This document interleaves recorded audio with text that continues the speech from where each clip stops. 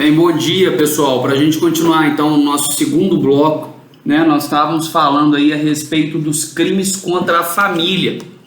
E aí eu mencionei construir todo o raciocínio dos doutores a respeito da natureza jurídica do casamento e deixei bem expresso que o casamento, quando a gente faz a análise do que seria bigamia e do que seria poligamia, ele se diferencia e muito dos institutos do reconhecimento da união estável, por exemplo, entre pessoas do mesmo sexo, e encerrei demonstrando empiricamente que o direito não se preocupa ou não deve se preocupar com as relações sexuais, por exemplo, consentidas, ao passo que, na verdade, quando se fala no reconhecimento de união estável entre pessoas do mesmo sexo, ou sob outro enfoque, na discussão que se paira hoje a respeito da possibilidade de reconhecimento das famílias poliafetivas,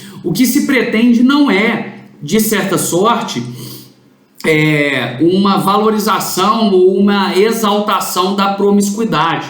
Ao contrário, o que se busca, na verdade, é o respeito à dignidade das pessoas na medida do cunho sucessório, em que uma entidade familiar composta, por exemplo, por pessoas do mesmo sexo ou por mais de duas pessoas, essa entidade familiar deve proteger a linha sucessória da forma que se espera quando de uma união tradicional entre pessoas do mesmo sexo, entre duas pessoas, de sexos opostos, entre homem e mulher, da forma como é previsto na própria Constituição Federal de 88. Mas falei para os doutores que a interpretação que se faz hoje é uma interpretação histórica, né? É uma interpretação extensiva, na medida em que, histórica que eu digo, não de se buscar a vontade do Constituinte, mas de fazer incidir no direito penal o princípio da historicidade. E aí, a partir daí, estender uma tutela jurisdicional da Constituição Federal de 88, que protegia uma relação sexual, uma união estável, entre pessoas de sexo oposto, estender isso a pessoas do mesmo sexo. Isso por quê? Porque o direito se põe a debater aquilo que seria direito sucessório, aquilo que implicaria no direito sucessório das partes ali envolvidas. Então, repito, que é muito diferente a relação entre pessoas, ou a relação, ainda que seja uma relação extraconjugal, daquilo que se denomina bigamia ou daquilo que se denomina poligamia.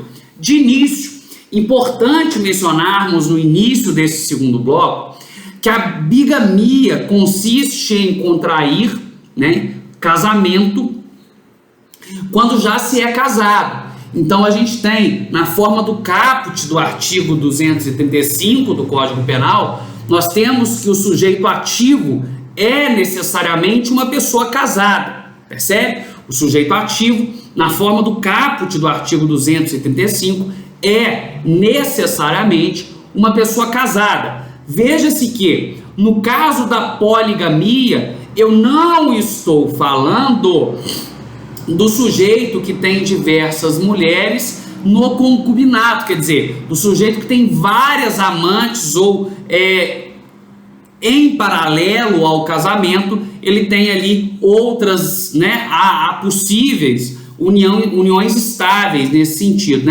Ele se relaciona de forma pública, ele frequenta o apartamento, ele se porta como família com outras mulheres. Veja-se que direito penal ele não admite analogia. Então, quando a gente fala que é contrair casamento, eu não posso fazer aqui o raciocínio de que a bigamia seria também aferível quando da união estável. Então, veja-se. Primeiro princípio, primeiro pressuposto, necessariamente o agente deve ser casado. E ele contrai com terceira pessoa necessariamente outro casamento. Ele dá ensejo à sistemática contratual regulada pelo artigo 1525 do Código Civil, e a partir daquela situação, necessariamente, ele comete um crime de falso. Necessariamente, o agente comete um crime de falso. Então, veja-se que nós temos um crime meio e um crime fim.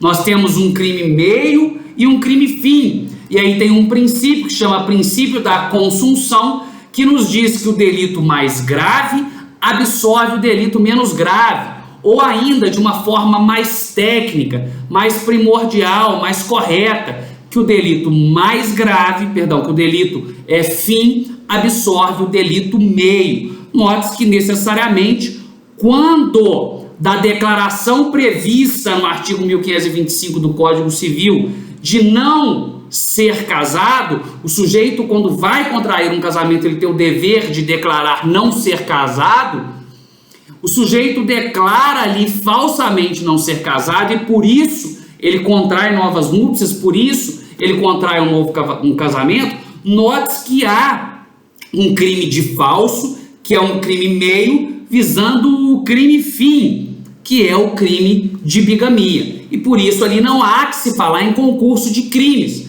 Eis que o crime fim absorverá, por força do princípio da consunção, o crime meio. O crime de bigamia vai absorver o crime de falsidade ideológica, talhado ao teor do artigo 299 do Código Penal, do Decreto-Lei 2848 de 1940.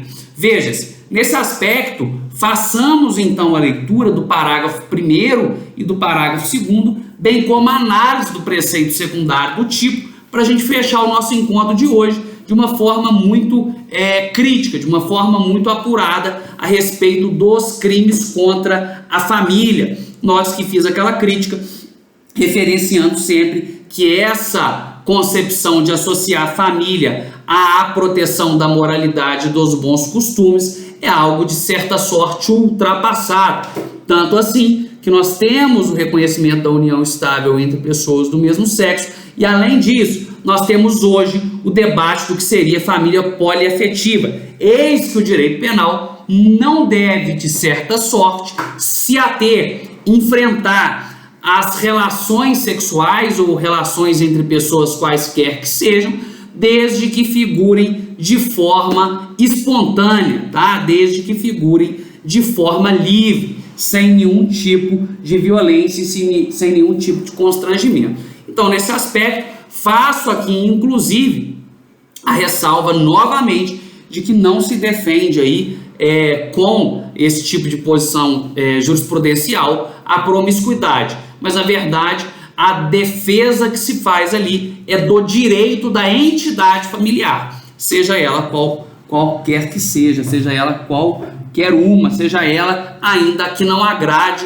os ditames regulares e os famosos bons costumes da forma como as concepções, muitas vezes religiosas, impõem a nós, tá? Então, nós podemos aqui extrair, na forma como já bem mencionei a vocês, que o crime de bigamia consiste em contrair casamento sendo casado. Está lá no caput, contrair alguém sendo casado, novo casamento. Temos aí uma reclusão de 2 a 6 anos. Veja-se que o delito é punido com reclusão e que ele inadmite a suspensão condicional do processo na forma do artigo 89 da Lei 9.099 de 95, posto que a pena mínima supera 1 ano. Além disso, ele não é de competência dos juizados especiais, porque a pena máxima supera 2 anos. Veja, temos aí uma pena de reclusão de 2 a 6 anos. Trata-se, inclusive, de um delito de gravidade acentuada.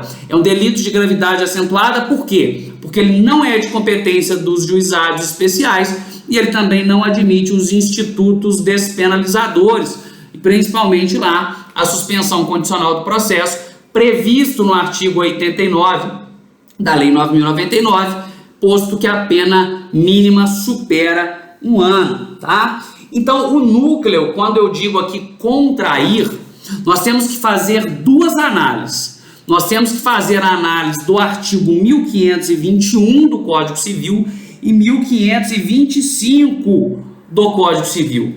Por quê? Porque o artigo 1521 do Código Civil, ele traz para nós uma ordem. Então, necessariamente, o agente que contrai casamento já sendo casado, ele desobedece uma ordem legislativa advinda do Código Civil de 2002, posto que no artigo 21 de referida codificação fica vedado, quer dizer, fica defeso, fica proibido às pessoas que já são casadas a se casarem novamente. Então, note-se que o tipo aqui subexame, ele denota uma necessidade de rigor, ou ele denota uma coibição de um desrespeito a uma ordem advinda do Código Civil, no sentido de proibir as pessoas que já são casadas de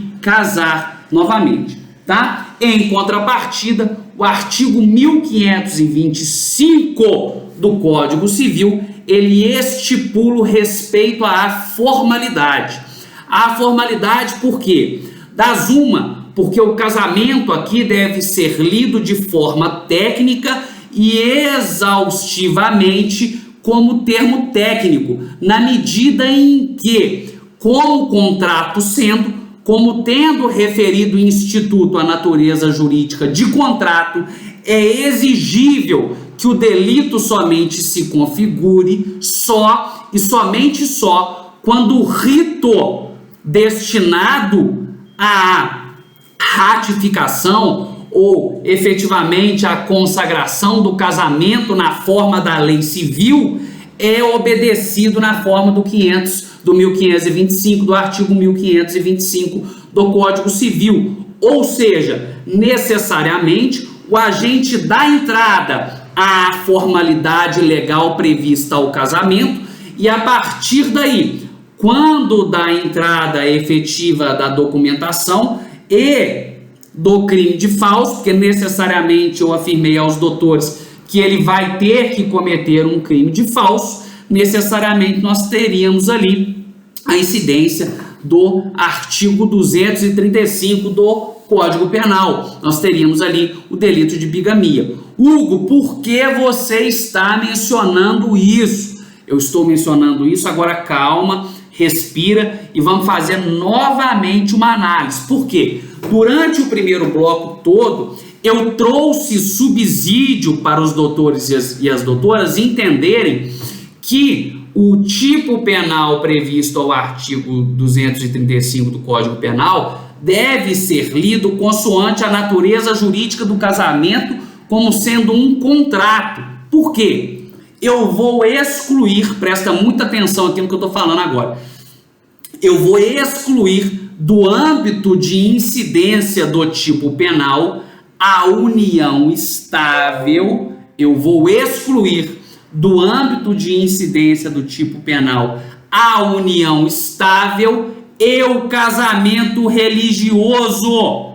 Presta atenção no que eu estou dizendo. O tipo penal subexame se configura quando o agente casa, já sendo casado. Eu vou excluir do âmbito de incidência o fato do agente ter casamento religioso anterior ou união estável anterior. Note-se que aqui eu estou falando do casamento civil, eu estou falando do casamento na forma como a natureza jurídica dele assim indica.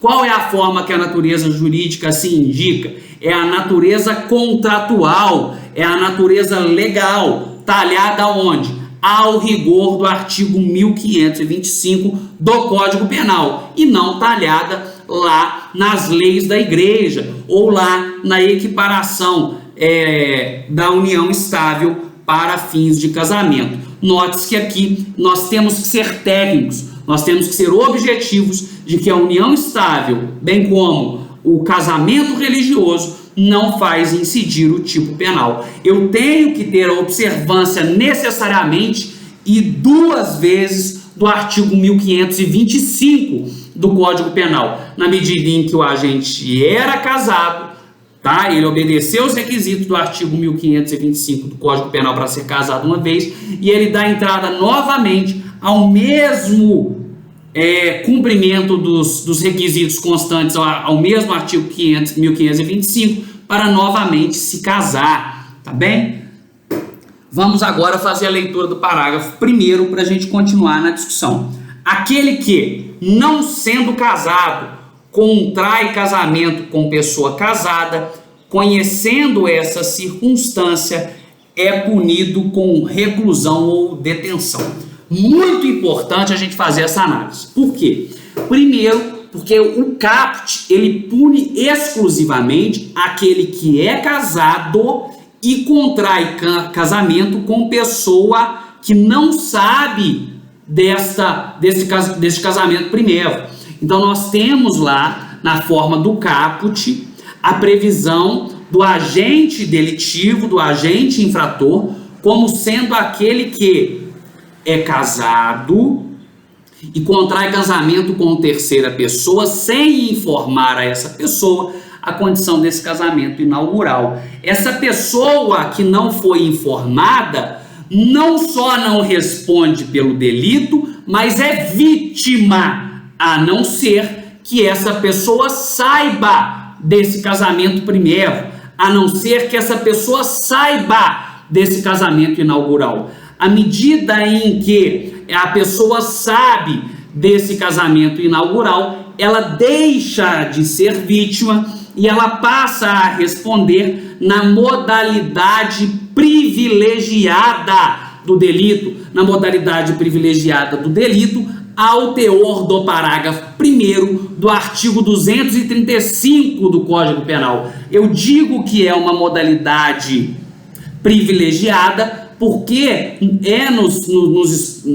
nós temos ali como exposto, ou nos é deixado como preceito secundário, um parâmetro mínimo e máximo menor, né, e necessariamente diferente do caput. Então nós temos ali uma forma privilegiada da questão da bigamia, que é o fato daquela pessoa que não é casada, mas que sabia da condição de casada inaugural desse agente e mesmo assim casou-se com essa pessoa que tinha de sorte o impedimento. Temos agora o parágrafo 2º. Veja-se que, anulado por qualquer motivo o primeiro casamento ou o outro por motivo que não a bigamia, considera-se inexistente o crime. Então nós temos aqui uma excludente. Por que nós temos uma excludente? Porque veja-se que se o casamento for anulado ou for declarado nulo, o anulado aqui ele tem que ser lido, tá? Tanto anulado ou como declarado nulo. Se esse casamento for anulado ou declarado nulo, tá? Seja o primeiro casamento ou o segundo, nós não vamos falar na ocorrência do crime. Inexiste aí o crime, tá certo?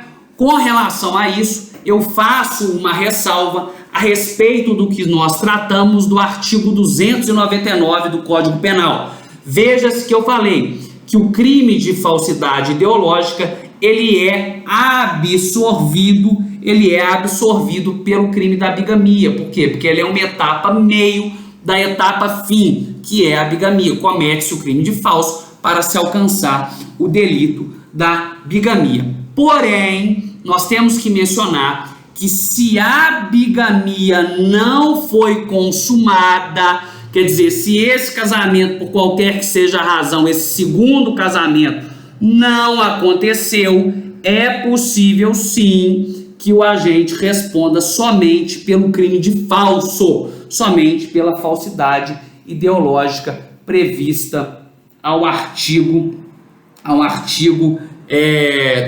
299, falsidade ideológica prevista ao artigo 299 do Código Penal. Então nós temos que necessariamente observar o artigo 1521 do Código Civil, fazer a leitura também ao teor do artigo 1525 também do Código Civil, e a partir daí obedecer das formalidades do artigo 1515, tá? Não se prestará para o reconhecimento do casamento anterior, a questão do impedimento do casamento futuro. Note-se, então, que nos termos da jurisprudência aqui selecionada, para a configuração do crime de bigamia, pouco importa que um ou ambos os casamentos sejam nulos ou anuláveis. Ele ocorrerá porque a lei atende à existência formal do casamento e à sua vigência, e não à sua validade. Temos aqui um entendimento jurisprudencial. E por fim ainda, mais uma jurisprudência selecionada. Prova induvidosa de que o acusado contraiu nova núpcias ainda na vigência do primeiro casamento, não demonstração pelo agente da ocorrência de erro de fato. Veja-se que aqui, para a gente encerrar a discussão de hoje, é de suma importância nós mencionarmos a questão novamente da união estável. Então, note-se que o agente deve contrair outro casamento quando ele contraiu o casamento anterior, porque nós não estamos falando aqui do agente que tem amante ou da mulher que tem amante, que tem relacionamentos concomitantes ao casamento. Não estou dizendo que isso não possa reverberar, que isso não possa ter reflexo na esfera civil. Quer dizer, a pessoa traída, ela pode pleitear por indenização? Sim, mas no caso aqui de bigamia, necessariamente nós temos que observar um novo casamento ao rigor dos requisitos do artigo 1521, 1525 e 1515 do Código Civil. Necessariamente nós temos que ter dois casamentos e não uma união estável e um casamento, ou um casamento e uma união estável, ou um casamento religioso e uma união estável, ou um casamento religioso e um casamento. Necessariamente nós temos que ter dois casamentos civis, dois casamentos contratuais. Bacana, maneiro? Então na próxima aula a gente volta continuando aí os crimes contra a família, tá? Prometo selecionar mais algumas jurisprudências para motivar o nosso debate e a nossa aula continuar com essa dinamicidade legal. Um abraço, queridos!